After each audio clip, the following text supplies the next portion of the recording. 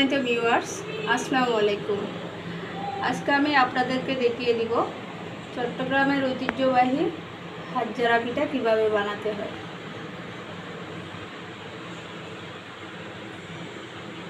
হাতজারা পিঠা তৈরি করার জন্য 250 গ্রাম চিনি গুঁড়া চাল প্রায় 1 ঘন্টা আমি ভিজিয়ে নিয়েছি। এখন এই ভেজানো চাল ব্লেন্ডারে আমি ব্লেন্ড করে নেব।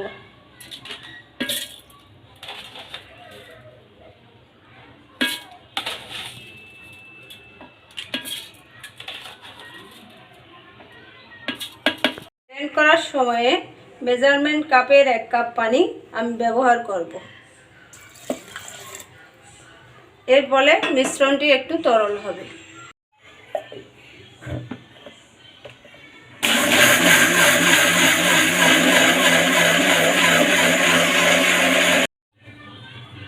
লক্ষ্য রাখবেন ব্লেন্ড করার সময় যাতে দানা দানা না থাকে। আমি আপনাদেরকে দেখিয়ে দিচ্ছি। এই যে আমারটা ভালোভাবেই ব্লেন্ড করা হয়ে গেছে, এখানে কোনো দানা নেই। মিশ্রণটি এখন আমি একটা পাত্রে ঢেলে নিচ্ছি।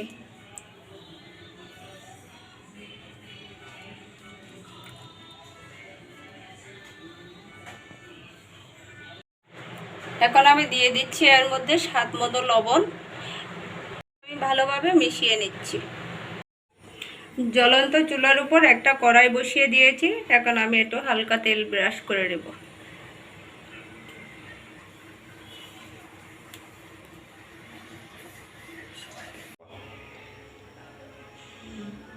এই গরম কড়াইয়ের ভিতর হাত দিয়ে মিশ্রণটি আমি এখন ছিটিয়ে দিচ্ছি।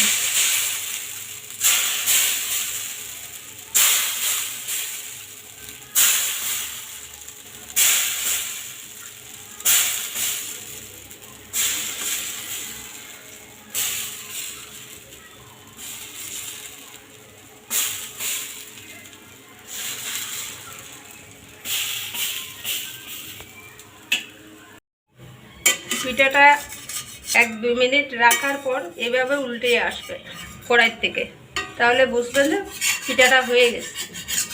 এই যে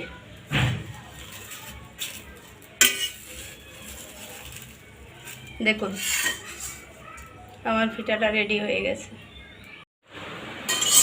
এইভাবে একের পর এক পিঠাগুলো আমি বানিয়ে নিচ্ছি।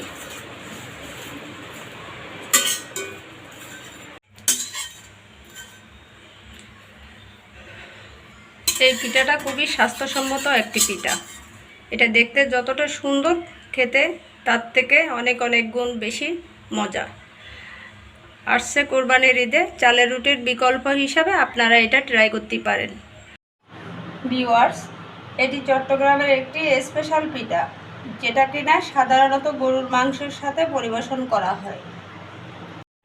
আপনারা চাইলে এটা সকালের নাস্তা, ভাজি অথবা বিকালে চায়ের সাথেও পরিবেশন করতে পারেন। আমার এই রেসিপি যদি আপনাদের ভালো লেগে থাকে তাহলে আমাকে লাইক, শেয়ার, কমেন্টস এবং সাবস্ক্রাইব করবেন।